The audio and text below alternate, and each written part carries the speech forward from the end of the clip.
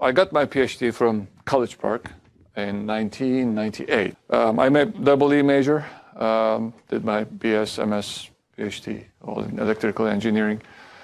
I'm not a full-time professor here. I am working at Johns Hopkins Applied Physics Laboratory, but I have been teaching at College Park since 2005 as a part-time faculty. Well, data and algorithms, right? So one main part is algorithms. So we'll talk about a lot of different type of algorithms, a lot of different type of problems and code development, how we can approach to those problems. Some of them you are probably already familiar with, like sorting, some of the graph theory algorithms and stuff like that. Probably have seen them in one way or the other. In this course, being a graduate course, we will go probably a little more into like complexity analysis of these algorithms. Like given one problem and then multiple solutions, how do you differentiate? Why is one solution better than the other? One measure is the algorithmic complexity, and I will talk a little bit about that later today as well.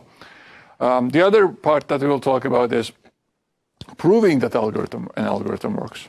Right? How do you like convince yourself and then prove that really an iteration it does what it is trying to do? So those two are, to cover those two, we will see a lot of different algorithms, and we will try to walk you through like how you go into like assessing the complexity of the algorithm, and also looking at like trying to prove that the algorithm actually works correctly. So those will be main concepts. We will do a little bit deeper dive into some more perhaps important concepts, like we will spend a good amount of time in graph theory in the second half of the course.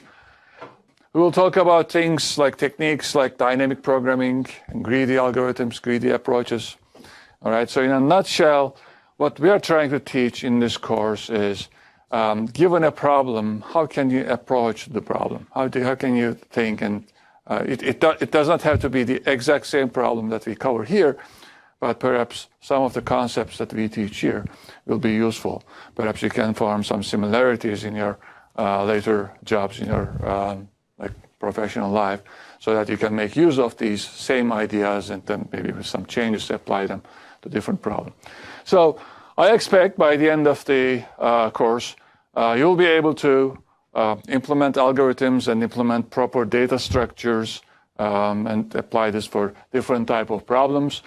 Again, you will learn how to evaluate and compare different algorithms and also analysis of them and correctness.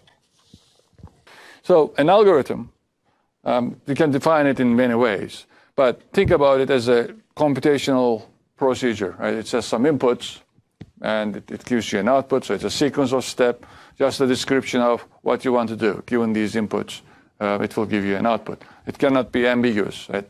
There can be some randomness. We have some random algorithms, but then it uses a random generator as, if you like, another input. So even that is not really truly random. So algorithms, why do we have them? Because we want to solve some problems. And so we have a problem specification which tells you what you want to do on on an input, right? And algorithm is a way to describe how you can do it. It is one way to do that. There can be multiple algorithms that solve the same problem. Right? So example, we will use the sorting example, and we will see a lot of algorithms that solve this with different complexities, different type of structures, and things like that. But an example problem is, given a sequence of numbers from a sub 1, say, to a sub n, and they can be given in any order, any arbitrary order, just an ordered sequence, right, list of numbers. The problem is to produce another set of numbers, like order them in a different way, a1 prime, a2 prime to an prime, such that in this new list, in this new sequence, everything is increasing. Like so a1 prime is the smallest, and then a2 prime, and then an prime is the largest. So this is a sorting problem. Now, again, different algorithms can do this in different times with different complexity, and we will start seeing them, exploring them.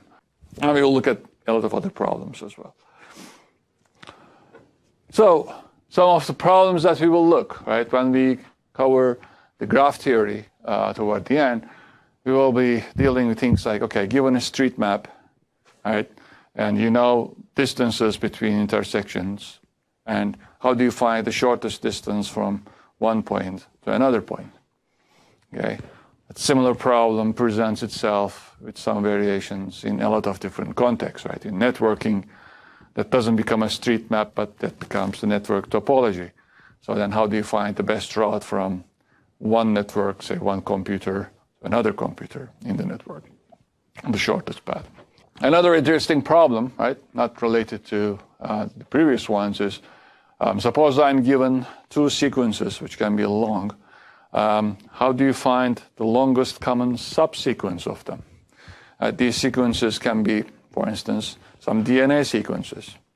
And if you may want to be comparing those two very long sequences by each other, with each other.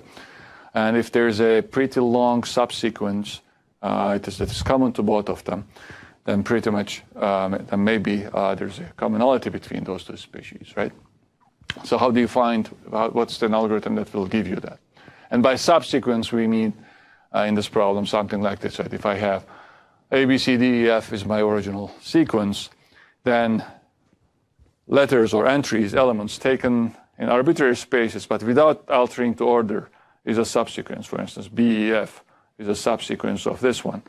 Right? I skipped A, I took B, I skipped C and D, and then I took E and F. And so that's, for instance, a subsequence. But given two large sequences, X and Y, how do I find the longest common one between the two? All right? Another interesting problem, right? It's from geometry. So given a set of points on a plane, okay, how do you find the complex hull? Complex hull meaning a polygon, smallest polygon that will contain all of these points. How do you find something like this? Right, so visualize it like this. Suppose that these are my points on the plane. All right.